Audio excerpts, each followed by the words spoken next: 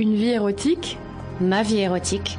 Bienvenue dans Une vie érotique, le podcast qui déshabille la vie sexuelle des gens. Dans cet épisode, je vous propose de retirer un à un les vêtements de Ludivine, ou du moins de faire tomber une à une les couches successives de son histoire. Bonjour Ludivine. Bonjour. Ludivine, tu es une femme de 49 ans. Tu aimes les hommes et la littérature érotique.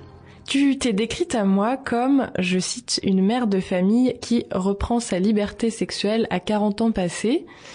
Qu'est-ce que ça veut dire reprendre sa liberté sexuelle ? Et je crois que toi, ça a d'abord commencé par l'écriture d'un roman avant de passer aux choses concrètes. Ça a commencé effectivement dans le fantasme.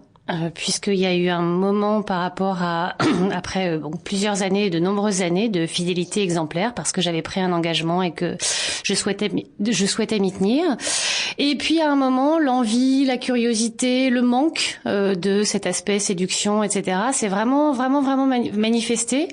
Et comme j'aime beaucoup écrire et que j'aime beaucoup lire, je me suis mis à écrire. Donc j'ai écrit l'histoire imaginaire d'une femme adultère, de ses rencontres, des rencontres donc qu'elle faisait, de sa vie sexuelle. Du coup, je me suis aussi confrontée à l'écriture des scènes érotiques en me disant, tant qu'à faire, est-ce que je suis capable d'écrire ça ? Est-ce que je suis capable d'écrire ces mots-là ? Est-ce que je suis capable de décrire une scène d'amour entre un homme et une femme, les sentiments, les sensations, les organes, etc.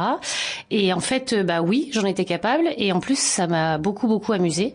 Donc, j'ai écrit un roman en entier, 300 pages, avec un début, une fin, un manuscrit complet, qui s'est révélé absolument impubliable, mais qui m'a beaucoup fait du bien. J'ai beaucoup aimé ce que j'ai exploré à travers ça et tout le fantasme d'une vie sexuelle qui me manquait en fait, avec surtout cet aspect découverte de l'autre, séduire quelqu'un de nouveau, être séduite, le pétillement dans le regard de l'autre la première fois qu'il voit vos seins, enfin des choses qui me manquaient en fait, parce que je les vivais plus.